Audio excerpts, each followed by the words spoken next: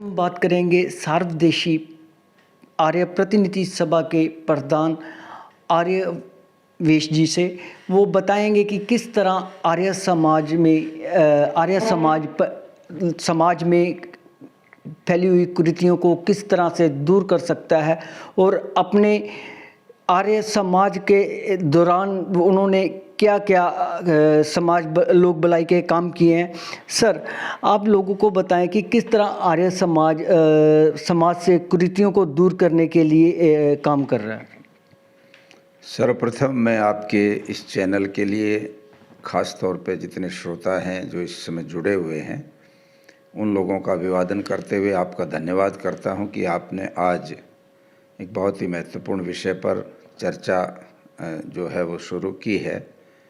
आपने जैसे जानना चाहा है कि समाज में फैली हुई कुरीतियों को दूर करने के लिए आर्य समाज क्या कर रहा है, क्या उसने किया है, तो ये प्रश्न बड़ा ही महत्वपूर्ण है। और यदि मैं आर्य समाज के इतिहास पर दृष्टि डालते हुए आपको बताऊं, आर्य समाज ने इस देश के अंदर स्वतंत्रता आंदोलन में बहुत महत्वपूर्ण भूमिका निभाई।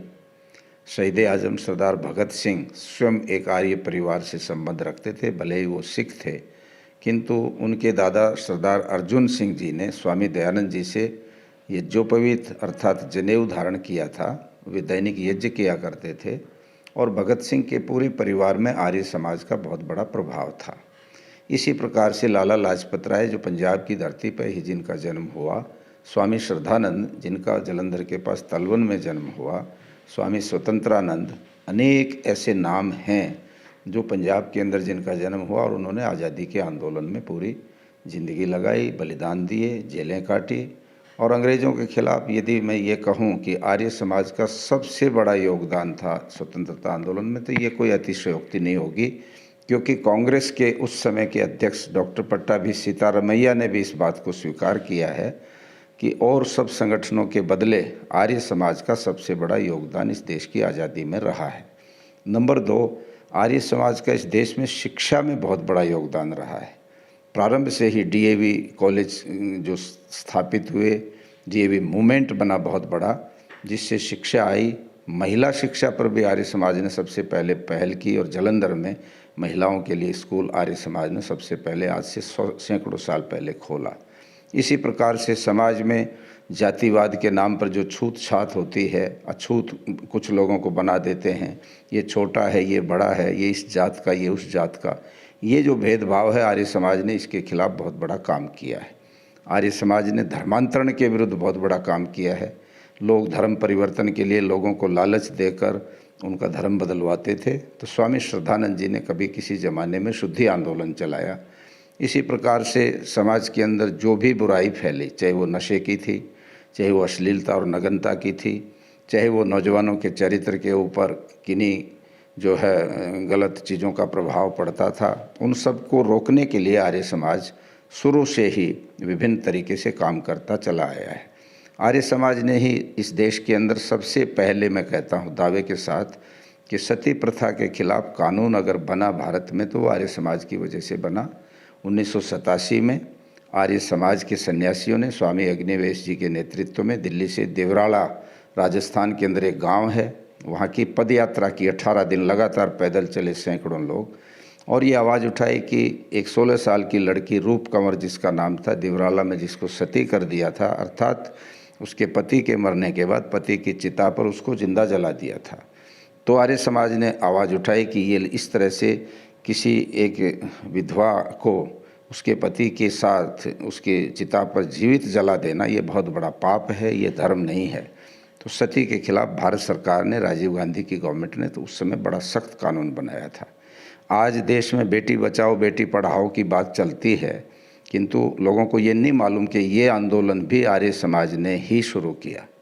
और सन 1991 की जनगणना में जब स्त्री और पुरुषों के बीच में, लड़का और लड़की के बीच में भेद आया, 1 करोड़ लड़कियां कम थी उस समय जो जनसंख्या हुई थी, जनगणना हुई थी भारत में, तो तब आर्य समाज ने इस बात को उठाया था कि इतना ये अंतर क्यों पड़ गया, इतनी लड़कियां घट क्यों गई समाज में, उनका ये अनुपात कैसे बिगड़ा। तो सरकार के पास कोई जवाब नहीं था। सरकार ने यही जवाब दे दिया कि दीज आर मिसिंग गर्ल्स, ये गुमशुदा लड़कियां, हमको नहीं पता इतनी लड़कियां कहाँ चली गई। तब आर्य समाज को लगा कि कहीं ना कहीं गड़बड़ है, और फिर आर्य समाज के कार्यकर्ताओं ने अल्ट्रासाउंड सेंटर्स के अंदर, नर्सिंग होम्स के अंदर जगह जगह जाकर गोपनीय तरीके से पता लगाया कि कैसे महिलाएं अपने पेट में पल रहे बच्चे की टेस्टिंग कराती हैं, उनकी आइडेंटिफिकेशन कराते हैं, लिंग की पहचान कराती हैं, लड़का है कि लड़की, और मालूम पड़ गया कि लड़की है तो उसको फ़ौरन वो ख़त्म करा देते हैं, उसका गर्भपात करा देते हैं। ऐसे पता लगा कि ये करोड़ों जो लड़कियां कम हुई हैं उसका कारण है लोगों को जो बेटे और बेटी के बीच में जो एक मानसिकता बन गई, फ़र्क है, अर्थात बेटा चाहते हैं बेटी नहीं चाहते। तो आर्य समाज ने उसके खिलाफ आंदोलन खड़ा किया, और 2005 में टंकारा महर्षि दयानंद सरस्वती का जन्म स्थान है गुजरात के अंदर, राजकोट के पास। वहाँ से लगभग 250 धर्म आचार्य लोग, जिसमें सब मजहब संप्रदायों के लोग थे, केवल आर्य समाज ही नहीं थे, उसमें शंकराचार्य भी थे, उसमें जैन संत भी थे, उसमें सिख भी थे, उसमें जो है मुसलमान भी थे, ईसाई भी थे, बौद्ध भी थे, और बहुत सारे सामाजिक कार्यकर्ता थे, महिलाएं भी थी। और 250 लोगों का वो काफ़िला दिवाली के दिन, जब लक्ष्मी की पूजा करता है सारा देश, उस दिन ये कह कर के गुजरात से निकला था कि हम असली लक्ष्मी को पेट में मारते हैं, जो बेटी के रूप में आना चाहती है इस दुनिया में, और एक लक्ष्मी की नकली मूर्ति बनाकर उसकी हम पूजा करते हैं कि हम धनवान हो जाएं। ये नहीं हो सकता। जब तक ये असली लक्ष्मी की सुरक्षा नहीं होगी तब तक ये चीज़ ये है कि जितनी सामाजिक कुरीतियाँ हैं इनके ऊपर आर्य समाज प्रारंभ से काम करता आया है। वर्तमान में हम लोग ये महसूस करते हैं कि हमारे देश के अंदर और पूरी दुनिया के अंदर एक बहुत बड़ी समस्या ये आ गई है कि पूरा मानव समाज, पूरी मानवता बटी हुई है, अलग अलग संप्रदायों में बटी है, अलग अलग देशों में बटी है, अलग अलग जो है नस्लों में बटी है, अलग अलग जातियों में, अलग अलग भाषाओं में, एक तरह से बहुत अधिक विभाजन सा दिखता है, और सब ने अपने अपने दायरे बना रखे हैं। तो हम ये मानते हैं कि वेद जो सृष्टि का सबसे प्राचीनतम ज्ञान का स्रोत है, उस वेद के आधार पर पूरी दुनिया एक परिवार है, पूरा मानव समाज एक परिवार है। वेद में आता है वसुधैव कुटुंबकम, पूरी धरती जो है वो एक परिवार के रूप में है, और जब एक परिवार है धरती तो उसमें रहने वाले भी सब एक परिवार के सदस्य हैं। तो फिर ये अलग अलग विभिन्नताएं क्यों? तो हम ये कहते हैं वेद के अनुसार यदि सारी दुनिया के लोग संगच्छध्वम संवदध्वम संवोमनांसि जानताम, इस मंत्र के अनुसार मिल के चलेंगे, मिल के सोचेंगे, मिल के खाएंगे, मिल के बात करेंगे, मिल के हमारे सबके मन एक होंगे और प्रेम से रहेंगे, अगर ये विचार पूरी दुनिया के अंदर फैलता है तो फिर दुनिया की बड़ी बड़ी समस्याओं को समाधान करने में सब लोग मिल कर के प्रयास कर सकते हैं। आज पूरी दुनिया में समस्याएं बहुत हैं। सबसे बड़ी समस्या पर्यावरण की है, जो क्लाइमेट चेंज आ रहा है, भुखमरी की है, गरीबी की है, आतंकवाद की है, और बहुत सारी और भी समस्याएं आने वाले समय में पानी की समस्या भी आएगी। तो इनको मिलके जब तक मानवता पूरी नहीं लड़ेगी तो इनसे मुकाबला कैसे होगा? तो हम ये मानते हैं कि समाज के जो भेदभाव हैं वो समाप्त हों और पूरा समाज इकट्ठा होकर इन बुराइयों से लड़े। भारत के अंदर और विशेषकर पंजाब के अंदर हम ये मान के चल रहे हैं कि सबसे बड़ा मुद्दा हमने जो छांटा है जिससे समाज में बहुत बड़ी हानि हो रही है वो है नशाखोरी, चाहे उसमें ड्रग्स हों, चाहे शराब हो, या और भी किसी भी प्रकार के नशे जो हो रहे हैं, जो बहुत अधिक बढ़ते जा रहे हैं और युवा वर्ग में भी बहुत अधिक प्रवेश कर चुके हैं।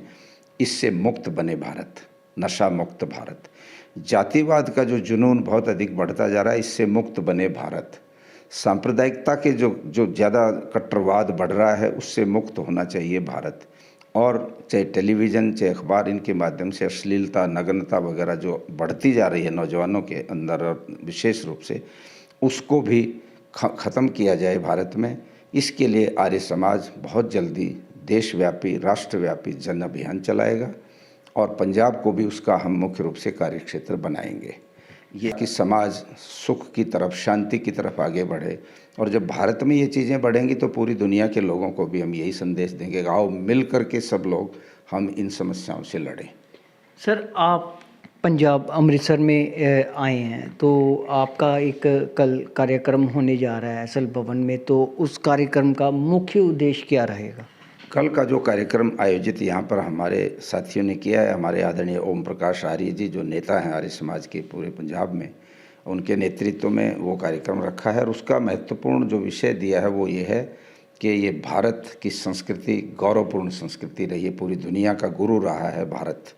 और उसी संस्कृति का सबसे मजबूत स्तंभ, जिसको प्रकाश स्तंभ कहते हैं, वो है योगेश्वर कृष्ण, गौरवपूर्ण चरित्र जिनका रहा है। तो योगेश्वर कृष्ण के उस व्यक्तित्व पर, उनके जीवन पर विशेष रूप से तार्किक, बुद्धिसम्मत और बहुत ही प्रभावशाली उनके व्यक्तित्व के ऊपर विवरण देने के लिए, प्रकाश डालने के लिए कल का कार्यक्रम है, ताकि हमारे देश के लोग योगेश्वर कृष्ण की नीतियाँ, उनका जीवन, उनका योग और उनके जो संदेश हैं उनको समझ सकें और भारत को फिर से विश्व गुरु और उस गौरवपूर्ण स्थान की तरफ आगे बढ़ा सकें। कृष्ण जी के जीवन से हम प्रेरणा ले सकें। प्राय देखने में आता है कि कृष्ण जी के संबंध में बहुत सारी चीज़ें ऐसी भी आ जाती हैं जिनसे लगता है कि जैसे हम कृष्ण जी का सम्मान नहीं, कहीं अपमान तो नहीं कर रहे हैं। उन सब बातों के जो भ्रम हैं उनको भी दूर किया जाएगा और बहुत ही लॉजिकल ढंग से उस पर व्याख्यान होंगे कल।